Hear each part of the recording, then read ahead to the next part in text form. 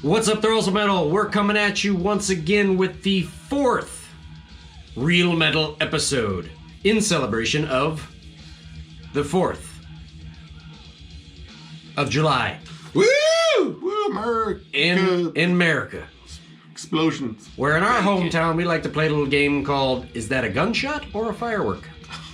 Every year. All year round. I mean, actually, yeah, all year round. Yeah.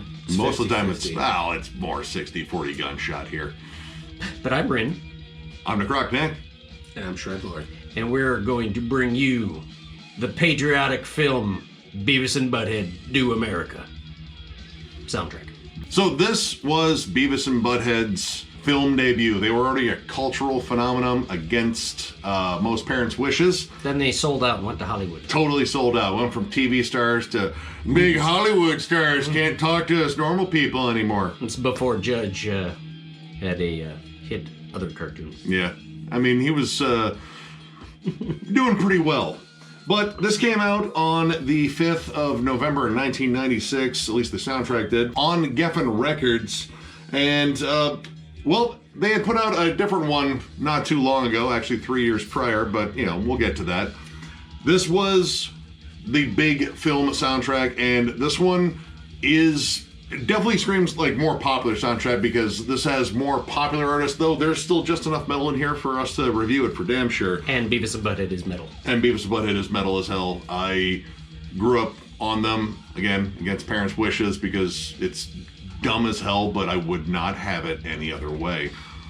And this is a pretty interesting soundtrack. It's really all over the place in terms of different artists, but of course there is that pure level of fun that is associated with Beavis and Butthead, and it kicks off right away with none other than Isaac Hayes and his smooth, velvety voice, pretty much doing a parody of the Shaft theme, except it's for Beavis and Butthead, just called Two Cool Guys. And, well, Beavis and Butthead get funky.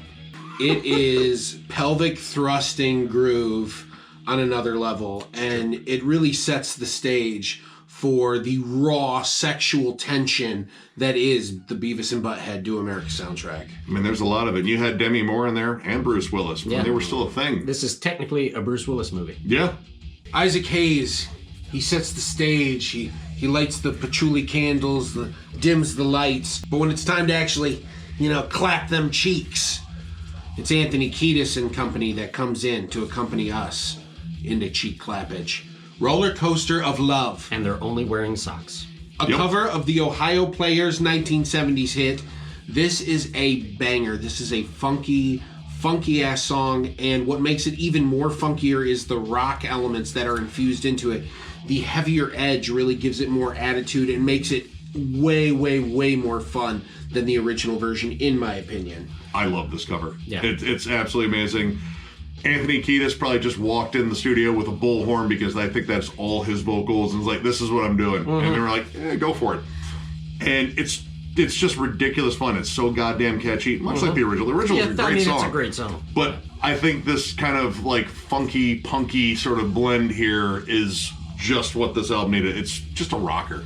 And he doesn't say California. We think. He probably does. No, I don't think he did. I'll tell you the next song on here, kind of revisiting it now, seems a little creepy. But it's also a lovemaking song. If you are a child of the 90s, Mid-90s, yeah. like we are, LL Cool J was popular. Still is in my mind. Ryan, you know what LL Cool J stands for, right? Ladies love cool. Jesus Christ, is that your penis? It's huge. It's like a stack of tuna cans with veins in it. Good God, Mama's gonna get knocked out again. And I'm reasonably sure that is the entire subject matter of the song. And Smooth as a dolphin's vagina. I mean, he does ask ladies if they can take it.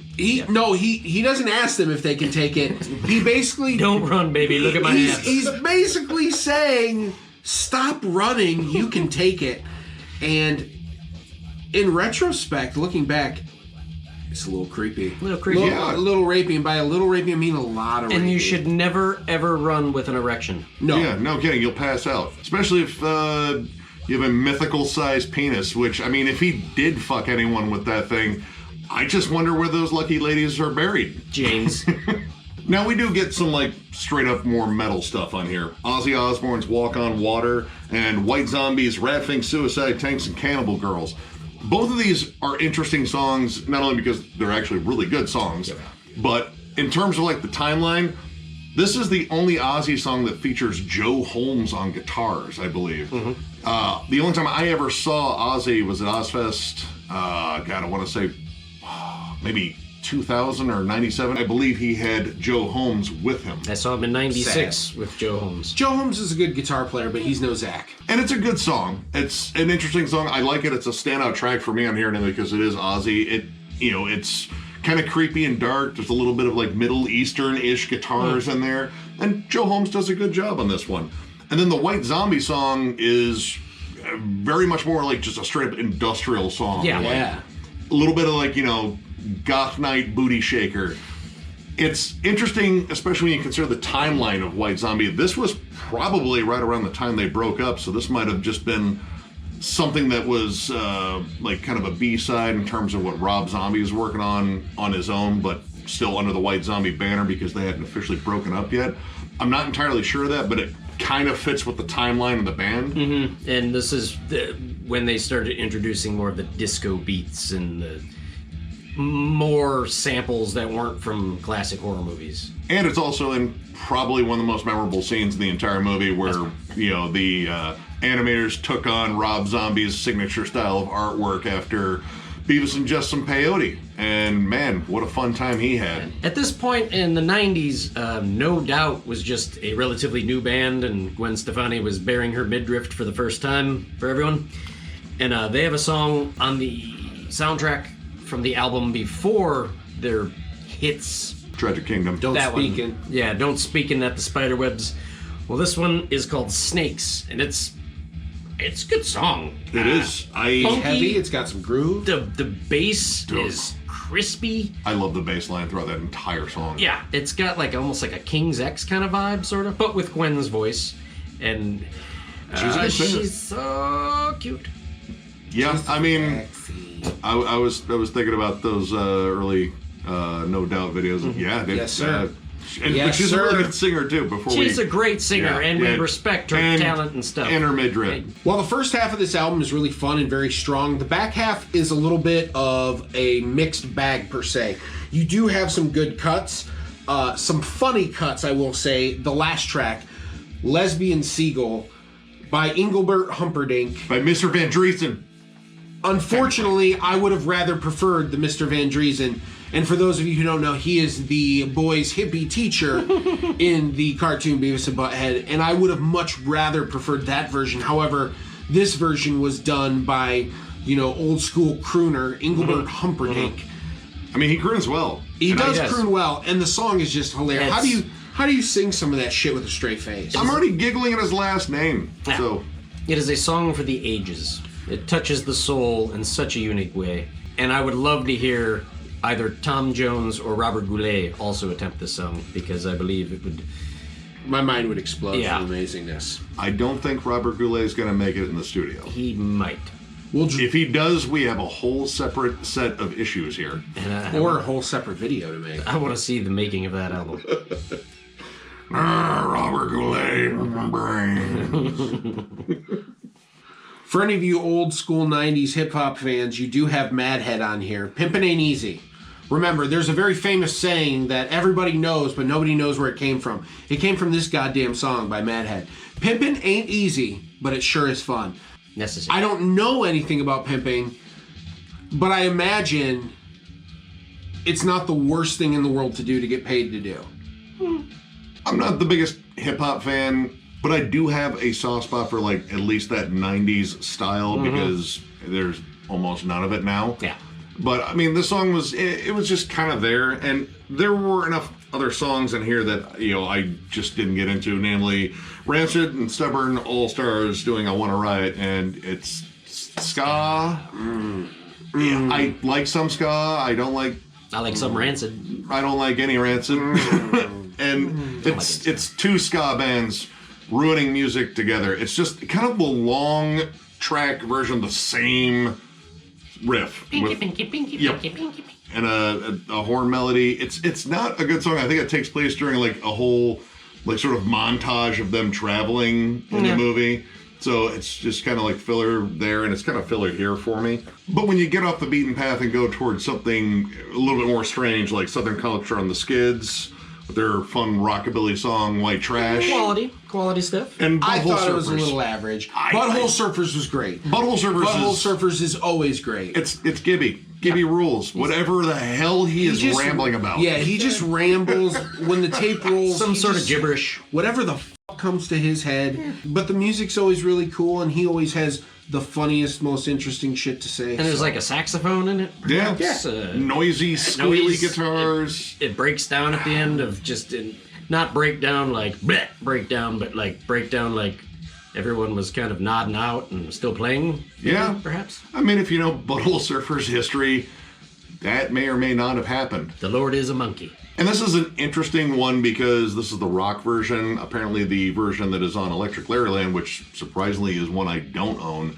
I like a lot of the earlier Butthole Surfer stuff, is a little bit different, which, you know, from what I know about Electric Ladyland, it is a very different album, but of course it spawned their biggest hit. But yeah, it's just a strange, weird song, and he might as well have just said ding-a-ling, dang-ma-dang-a-long, ling-long for good measure in there because it would have fit with everything else weird he said. Yeah. And to top off the album, we even get a old school deep cut of AC/DC with Bon Scott. Oh yeah. And while it is nothing we haven't heard 1,000 times before, it is still a nice old solid classic rock kind of jammer. Bon throwing it down. Yeah. I mean, I love the Bon Scott era. I love all 4 of AC/DC songs. They're all great. Yeah. And played on rock radio till... Well, I don't think you hate it. You just kind of like, oh, it's an AC/DC song. It's fun. There it is. But yeah, it was kind of cool just seeing them throw out that like deep cut there. Like this is all the way back on Power Age. Yeah. And yeah, I mean the rest of the stuff is pretty much new except for that one. But yeah, this is an interesting soundtrack. I like it. The previous one, which we'll get to, I think I like that one a little bit more because it's a little bit more in tune with everything Beavis and Butthead. This screams just a soundtrack for the movie. They didn't really splice in any like scenes or anything or any dialogue from there, which I think would have helped because that's the whole thing with Beavis and Butthead, the dumb dialogue. Without it, you don't have a show or a movie. But this is fun. I dig it. I'm going to give it 3 stars. The songs that I love on here, I absolutely love. I will jam the living hell out of that Red Hot Chili Peppers cover nonstop. It's one of my favorite tracks on any soundtrack. And Ozzy put out a killer track. White Zombies track's weird as hell. Butthole Surfers does what Butthole Surfers does, and I would never ask them to do anything else. But yeah, this is a fun soundtrack. Recommend you check it out. And, you know, Beavis and Butthead rules, and I think we're going to be seeing more of them in the future, apparently, because I think that 90s wave of nostalgia is going to hit their beach at some point. I'm going to go 3.5. I do like the Beavis and Butthead experience more, but this is a great movie. Yes. Yes, the White Zombie song is great. The Ozzy song is great. Chili Peppers, of course, and Lesbian Seagull. I just wish there was maybe a little more comedy on the album with the skits. Like Isaac Hayes and then Engelbert Humperdinck are the bookends, and then it's kind of serious, sort of, in the middle. But yeah, I wanted to hear some dumbass chuckles in the... But God bless Beavis and Butthead. I do get a kick of that Beavis and Butthead joke. Did it? I'm going to keep it climbing. I'm going to say this is a 4 out of 5 for me as well. This is just as good as the experience, but for different reasons for me. The experience, without going too much into it, is geared towards a specific idea. This is more a traditional soundtrack. So with that in mind, when this movie came out, I can't tell you how many times I watched this movie, and I actually owned this on CD. I can still think of Beavis and Butthead in their motorcycle gear with the highway cover. I wore this out. I love the Chili Peppers cover. I was a kid of 90s hip-hop, so the Mad Head song and the LL Cool J song were all songs that I listened to a lot when I was a kid. So because of the nostalgic value, I think that really hit it home for me because of how much I listened to this and enjoyed this as a kid. And when you are a young kid and you listen to a song like Lesbian Seagull, if the giggles aren't coming, you're not doing it right. So, 4 out of 5 all day long, all day strong to leave. So, if you like what you saw here, please hit the like and subscribe button, because if you are not subscribed already, you can become a part of our awesome community and be notified of when we make videos, because we do cool shit like this all the time. Also, we are now on Patreon. There's a link below. If you'd like to support my shithead cohorts and myself, we would greatly appreciate it. There's a link below on how to do so. Plus, you get exclusive access to some stuff that normal other people do not. Finally, we also have Thralls of Metal t-shirts available, which we are very excited and hopefully to get you into one. If you would like one, please, thrallsofmetal@gmail.com. Please, with the description, shirts and large captions preferable, and you let us know what size and we will send you an invoice and hopefully get you in our beautiful new threads. So, once again, on behalf of my shithead cohorts and myself, we would like to wish you much adieu. Do-do. Doo-doo. Thingies.